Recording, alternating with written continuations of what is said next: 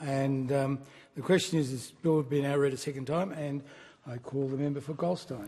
Well, thank you, Deputy Speaker. Can I just start by saying what a wonderful speech from the federal member for Moore. Finally, we have a member of the Labor Party who isn't a neo-Puritan. Finally, we have a member of the Labor Party who actually believes that people have a right to have fun. They get to live their life as they see fit. We respect their capacity to be able to do so. And actually, we believe that there is a place in society for people to have the freedom to choose how to live their life. It was one of the most refreshing, enjoyable speeches I've heard in this chamber over the many years I've been here. And I say this with great affection. It was one of the most passionate speeches I've heard him give.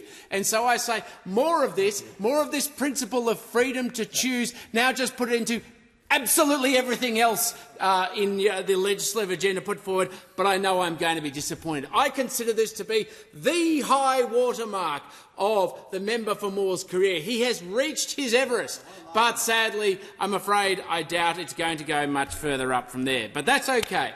I nonetheless want to congratulate him because he's right. When you've got so many people in communities around the country and they're catching up at a pub, enjoying on their terms over a beer, good luck to them. It's their life, their choice, and of course it's great to have people sociable. But we also need to remind ourselves you don't need to have alcohol to be sociable. Even the member for Fremantle and his Puritan lifestyle sometimes is sociable as well. But there are other members on the other side of the chamber who are also sociable, despite not necessarily choosing their way through to conversation. I know I'm casting aspersions on the member, and if it offends him, I will on this occasion withdraw happily to do so. But I do support this bill. We support this bill for a simple reason, because we fully believe, one, in lower taxes, two, in freedom to choose, and we believe in the idea that it's good to be able to give reprieve, as the Shadow Assistant Minister for Financial Services believes himself, in saying that the coalition actively pursued exactly the same sorts of measures in the lead-up to the election, because we fundamentally believe that we shouldn't be punitive, we shouldn't seek to chase down or to hunt or to haunt people for simply going about living their lives. Very different from, for instance, the approach the current government is taking in other areas of excise regulation, where they're actively participants in fuelling organised crime and criminal gangs and the firebombing of small businesses, something that is utterly insane, but that is exactly where we are right now. So I'm glad to see, again, that the member for Fremantle and other members understand that perhaps sometimes just increasing taxes in perpetuity isn't necessarily the best policy answer, and sometimes it can have an unintended consequence too, Deputy Speaker.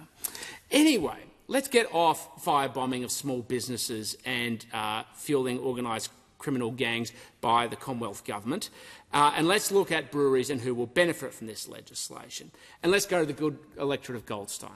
You've got an electorate of Goldstein. We actually have, believe it or not, in or around the vicinity, quite a few local breweries, because we always want to cheers people who are backing themselves to be successful. And we've got in Cheltenham, there's Amber Brewery. It's a business that began as a dream shared between two mates, Kieran Hewitt and Alex Kutlajevs, who turned their passion for quality beer into a thriving local brewery. In Moorabbin, we've got Bad Shepherd Brewery Co., which I've been to, and it's founded by husband and wife team Derek and Ditty Hales. Derek started out brewing award-winning home brews, while Ditty, with her love of quality dining, American-style barbecue and expertise in brand marketing, helped turn that passion into a genuine community venue.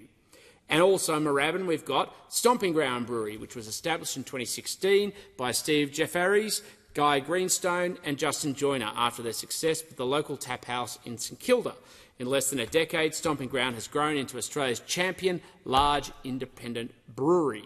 And we have Two Brothers Brewery, founded by Jim and Jason Abel, another great local success story of family enterprise and hard work. But of course, it's not just going to be in those breweries where they make sure that they produce the quality liquid amber ale, but it's also in the local pubs that play such an important part of the social infrastructure of our community. And I say this, Deputy Speaker, because it's one of the things that people perhaps don't know about my personal background, is my parents were publicans. I grew up in pubs. and so I share the member for Moore's passion for pubs as part of the social infrastructure of the community. They bring people together. They bring people on their terms, whether it's for their social or engagements for sporting clubs, or whether it's just somewhere to go after a knock-off after a long day to be able and find their friends. You know, we live in a free society. Everybody finds their own place in their own home in their own different way. And that's why we fully respect the important role that pubs play. And I know that Ferg from the AHA will love, of course, to know that he and his industry is always in our thoughts and prayers. But, and I saw him on Saturday, as he well knows, and the first thing he talked to me about was beer excise, as not really that surprising. He's very consistent on that, and there's always God and ask, but that's okay because we believe in freedom to choose, and he knows that I will always stand up for pubs because they play such an important part. And it doesn't matter which the pub is. The Sandy, of course, in Sandringham is an important one. One of my favourites is the McKinnon Hotel. Not only is the food outstanding, but, of course, the pulled beer is fantastic. Hotel Brighton, where I spent way too many nights during my campaign after long days, particularly after the summer sun, and hit the Hotel Brighton. So to all the good folks at Hotel Brighton, keep up the great work. Believe it or not, the pub where my parents met, Deputy Speaker, was, of course, once called the Central. It is now called the Half Moon, and is a place that I regularly visit as well in Brighton, in Church Street. To Brighton Beach Hotel, of course, which has is a regular for many people, particularly after Saturday afternoon footy. The New Bay, of course, in Brighton as well, and g'day to Kieran, to the Bentley Social and to the Camden Hotel in Caulfield South. These, of course, are not just places to drink, but they are the heart of the community, places of connection, friendship and belonging. But these businesses have an encyclopedic knowledge of them. It's Deputy Speaker, you're interrupting and suggesting somehow that I have an encyclopedic knowledge of the local pubs in my electorate in the sense that I should be embarrassed or ashamed. Not at all. I'm sorry, Deputy Speaker. I am immensely proud. Good. I am immensely proud of the role that pubs play in the community. There used to be more.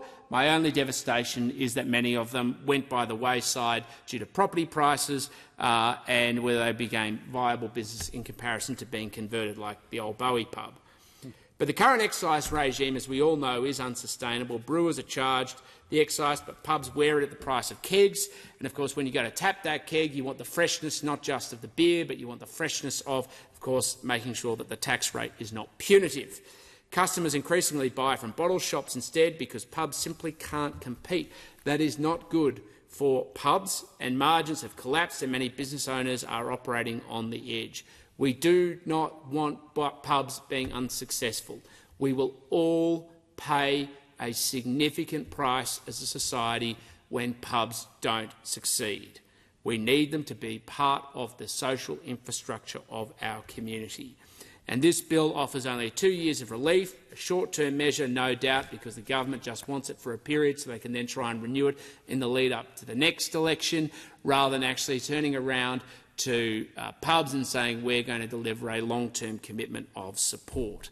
I would hope one day that we get to a position where pubs know they can go ahead with confidence because they have so many other challenges, from the cost of being able to get labour, let alone the cost of labour, let alone the managing labour, because the Labor Party makes it so impossible to manage, hire, employ and pay people properly.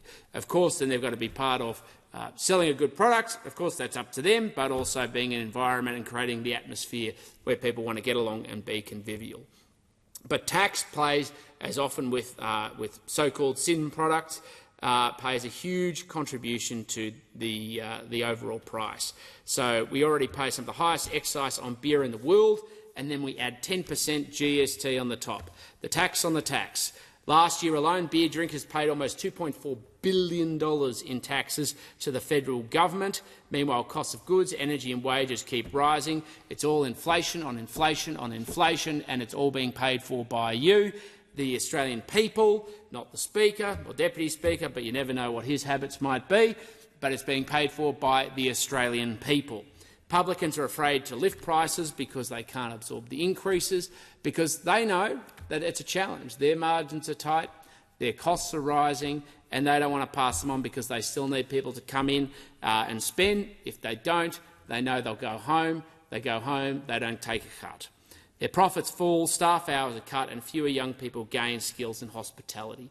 And that's where pubs play such an important role as well. It's like so many other small businesses. Small businesses so often are the gateway for young Australians to get their first job, to skill up, to learn discipline, to learn practice, to be able to then go on and become full participants in the Australian economy.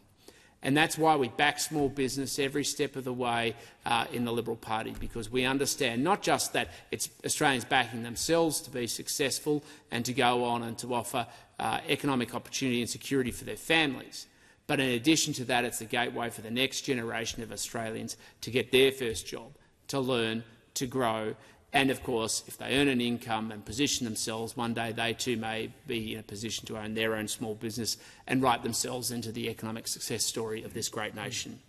So we want to make sure that we ease the pressure on pubs. We understand why they're important to our community, and we understand why they're particularly important to the Goldstein community, because we want to take the pressure off them. And that's certainly the message we've been getting from the local pubs and breweries in Goldstein. Kieran Hewitt from Amber Brewery and St Andrews Brewery has made this point, which is how can you run a business when the government changes rules every 6 months to 3 years? It's completely destroyed the industry thriving 3 or 4 years ago. In fact, to line up to be able to expand into non-beer products to be able to survive. Excise tax coming in same time as interest rates. People just don't have the money and can't afford to go out anymore. Government needs a commercial reality check if it wants to understand how to fix these problems, and breweries, of course, are the ones who are being hit. Whether customers have noticed or responded to the price increases really comes down to competition. Of course, we know that there are large brewers internationally who are flooding the market to try and make sure that they can compete and take the biggest chunk of what is actually a diminishing market share. So that leaves a lot of the Australian brewers left doing the best they can to compete, but the job of the government has largely been to undercut them by increasing taxes and make it harder for them to be successful. The reality is we need a serious fix now that makes sure that we provide a long-term solution. So while I welcome this bill, the reality is my natural sympathy will always be with lower taxes. It will always be with lower taxes, Deputy Speaker. It will always be with lower taxes. And doesn't matter what it is, my position, Deputy Speaker, and Member Fremantle will always be for low. And what the member for Fremantle is interjecting, but he can say he was making a remark that I wasn't in the last parliament, and that is why he should be so happy I am back in this chamber, because it will mean the lower tax nirvana of the future has begun.